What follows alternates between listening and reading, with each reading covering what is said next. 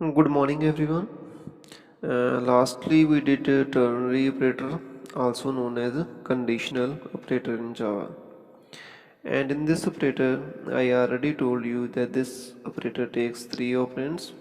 The first one is condition, second one is true part, this one before the colon, this is true part, and after the colon, it has a false part.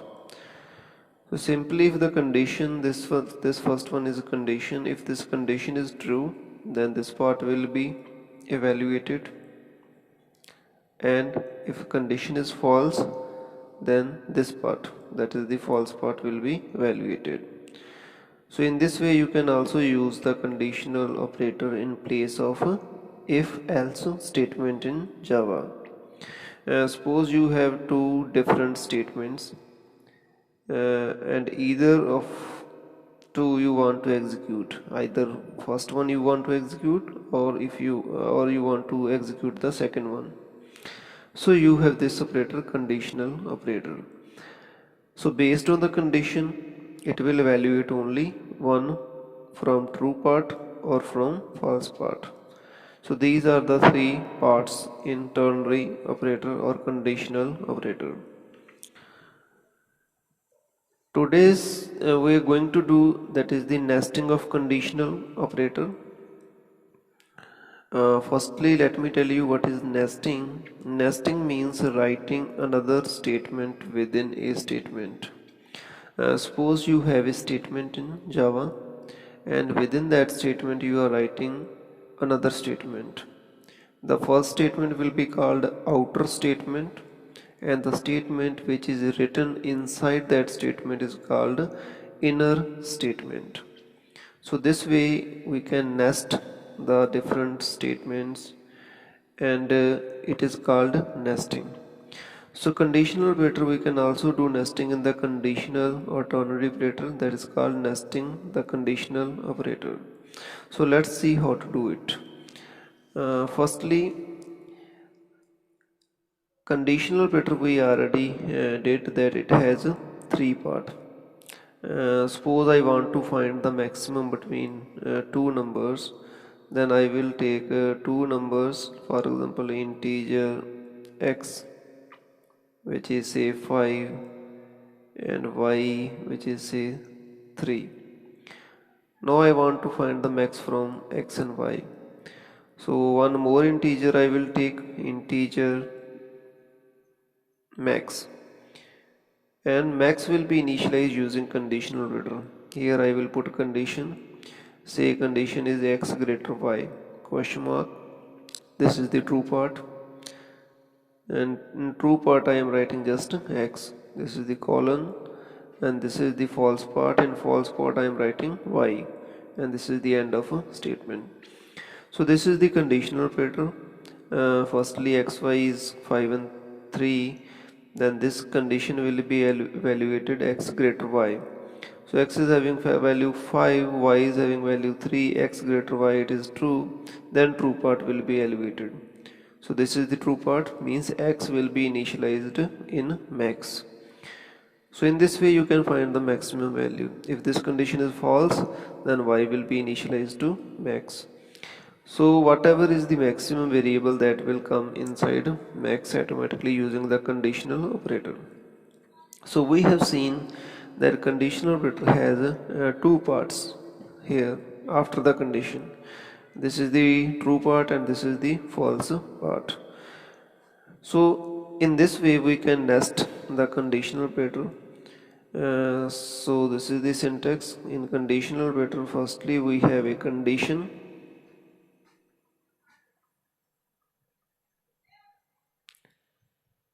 then question mark sign is there.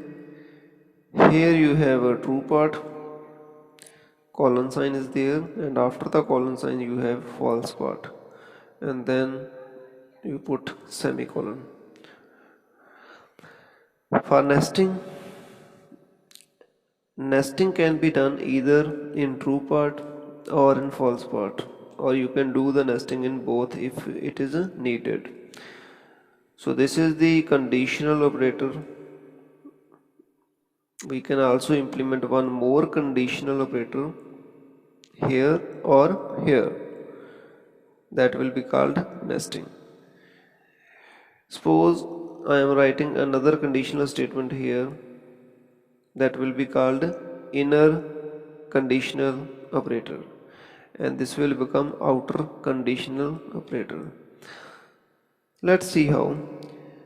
Suppose I am writing here, if A is greater than B, condition is there, and this is the true part, you know, this is the condition, this is the true part, and here we will have a false part, and then we will put a semicolon. So this is the outer conditional operator. The space I have given here, it is more because I am going to nest another conditional statement here or here. If this condition is true, then this part will be evaluated. If this condition is false, then this part will be evaluated. Suppose the condition is true, A is greater than B. Here I have another condition. If A is greater than C, then what will happen? This is also conditional operator, and this is the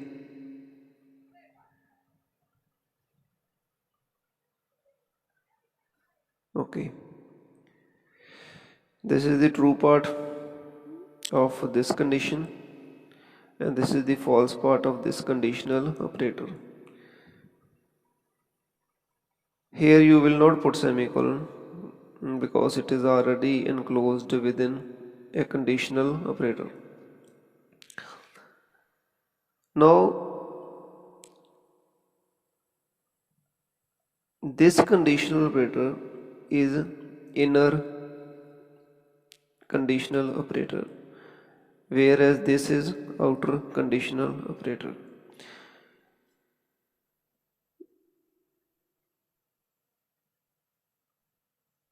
Suppose if A is greater than B, so if condition is true, it means A is greater. Then another condition will be checked, whether A is also greater than C. It is already greater than B, and if it is greater than C also, then this part will be evaluated, that is A is greater. Suppose A is greater than B, but A is not greater than C, then this part will be evaluated, C is greater. And here you can also implement some condition or some other expression to find out the value of A and B. And here you can implement, if B is greater than C, conditional operator, then B is greater, otherwise C is greater. If this condition is false, A is greater than B, it is false, it means B is greater. If this is false, this part will be evaluated. And here we have another conditional statement. If this conditional statement is false, this will be evaluated. So here it is clear that B is greater. Now we will check whether B is greater than C or not. If B is greater than C also, then finally B will be greater. And if B is not greater than C, then C will be greater. So we have seen that we can nest the conditional operator. It means we can implement another conditional statement within a conditional statement. If the outer condition is true, then inner will be checked. So this is called conditional operators in Java. Next we have some practice time is there. Suppose question 1 is there, and here we have given evaluate the value of RES. So this is a variable, so we have to find out its value in the following expression. If the value of x, y, z are 12, 3 and 10, x is 12, y is 3 and z is 10, then what will be the value of first, second and third? So firstly we will see first case. RES is x less than y. If this condition is true, then this part will be evaluated, otherwise this. Put the value of x and y. X is 12 and y is 3. And here it is written x less y, but x is not less than y. So this condition is false. 100 will be assigned to the RES. So here 100 will be the answer of this statement. Second, RES is equals to y less x. Y is 3 and x is 12. Y is less than x, it is true. So if it is true, then this part before the column, this part will be evaluated. And here we will firstly multiply x with y, then we will add 10. X and y are 12 into 3 plus 10. So 12 into 3, 36 plus 10, 46. So this is an expression. It will be evaluated. 46 will be the answer of this expression, and that will be stored in the RES. So here RES is 46.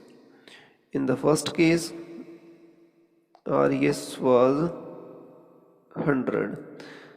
And third statement, RES is equals to x greater z. So this is the first condition, x greater z. X is 12, z is 10. So this part is a true. This condition is a true. Then we have the true part, this one. So here you have seen there is another conditional operator. It is nested. Second condition is x greater y. X greater y. Yes, it is also true. And if it is true, then this part will be evaluated. If this is false, then this part will be evaluated. If first condition is false, then directly this part will be evaluated. Suppose first is false, then 250 will be the answer. If first is true, then this part will be evaluated. And if this condition is true, then 50 will come, and this condition is false, then 150 will come. So according to the values, first condition is true and second is also true. So hence 50 will be the answer of RES in third case. RES will be 50. So that's all in this video. Thanks for watching.